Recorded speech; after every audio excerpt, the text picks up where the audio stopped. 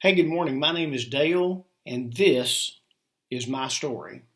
Today's July 5th, 2021, mid morning, and I've been reflecting back on the 617 blogs I've written over the years. And, it's kind of an amazing trail. It's basically me endearing life to myself. And when I go back and I read, and I obviously hadn't read them all, I think I've read four this morning, and I read them from different years, like one was 2013, 15, and 16, and so forth. And it's obvious that I was in various stages of life. But here's one. It's called Fading Away, and I just want to read just one little paragraph to you. And it goes like this: The reality show we live is truly ours.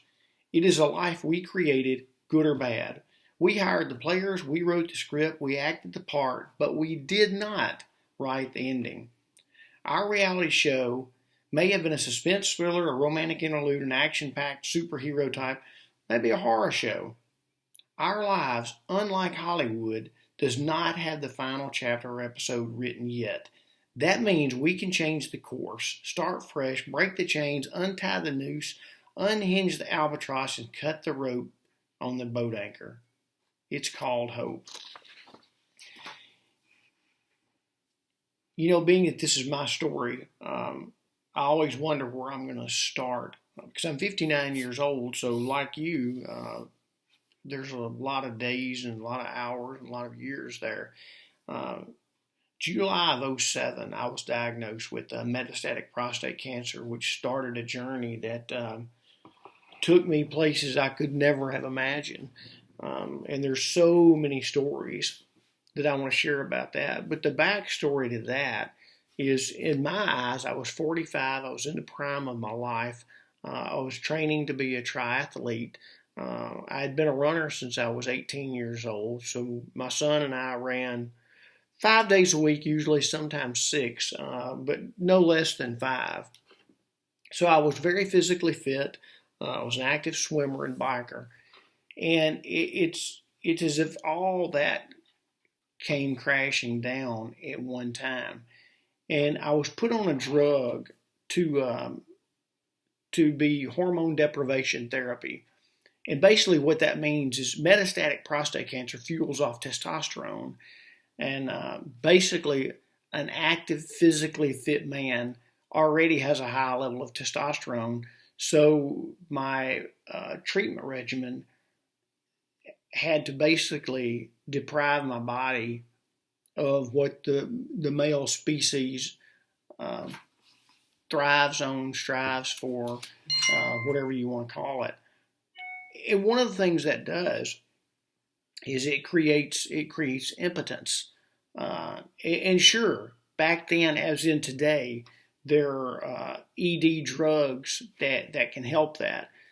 But for me, the situation compounded because I had surgery to remove the prostate, only to wake up and realize that I still had a prostate because my cancer had spread too far. So then I had to go through 42 rounds of intense radiation therapy, which burned out, killed, destroyed, whatever you want to call it, the nerves that create the erection in the male body. So I had to learn to live a life of impotence, just call it what it is. And the toughest part of that in my story or my journey was what other people would say. So it got to where I never shared the story. I never talked about it because for some reason prostate cancer and the effects on it seemed to be taboo to a lot of people. But people would say things to me like when I would share with them, they would say, oh, well, sex isn't everything in life. I never said that it was.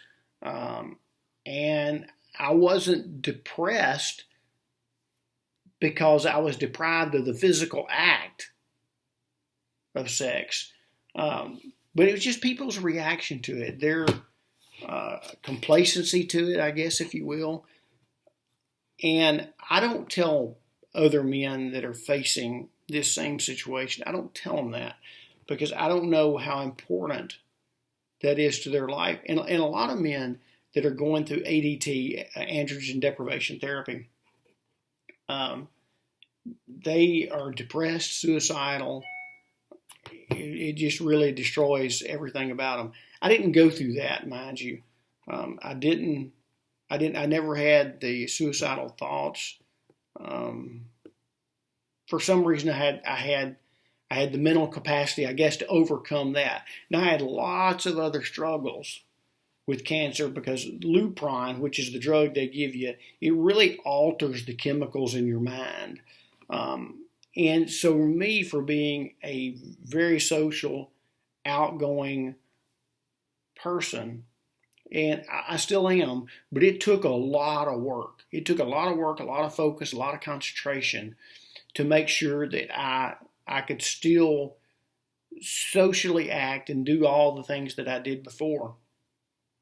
And I tell you, it's more difficult than you think, simply because the drug itself robbed me of the very thing that I guess endeared me so much.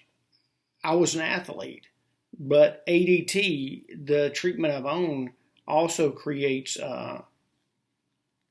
loss of muscle mass. So it's almost like you're fighting a battle that you can't win, no matter how hard you exercise. It just doesn't seem to be enough. Regardless, I got through it, and I'm still here today.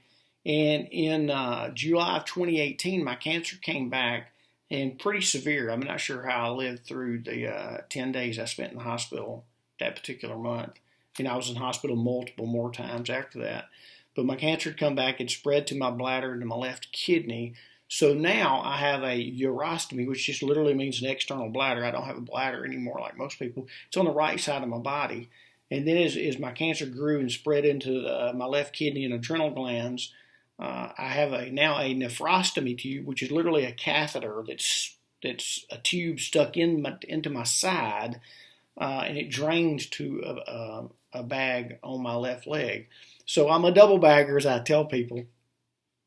But the cool thing about this story, I mean, I'm giving you kind of a synopsis of the bad. But the cool thing about this story is how it teaches you to appreciate life no matter where the journey takes you.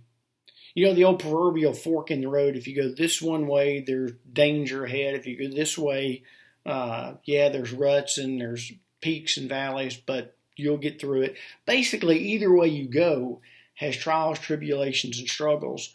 And somehow, luckily, I'll say, I've managed to navigate that to here we are. But what I want to share over the next few days, weeks, months, or whatever, is some of the amazing people that I met along this journey.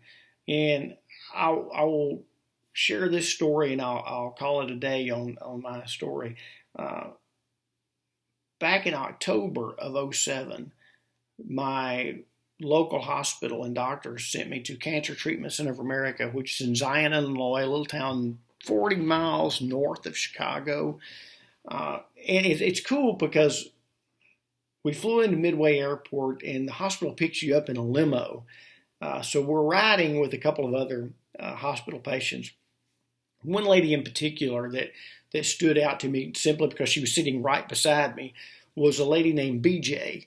And it's about a 45-minute ride. And most of the way, BJ just had her head leaned up against the window. It wasn't very much for conversation, even though I at least tried to crack, the shell, if you will.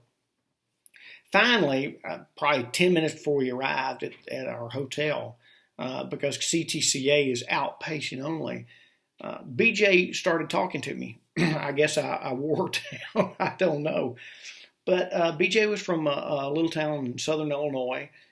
She had stage 4 lung cancer, and her hospital at the University of Illinois had literally recommended hospice and sent her home to get her affairs in order.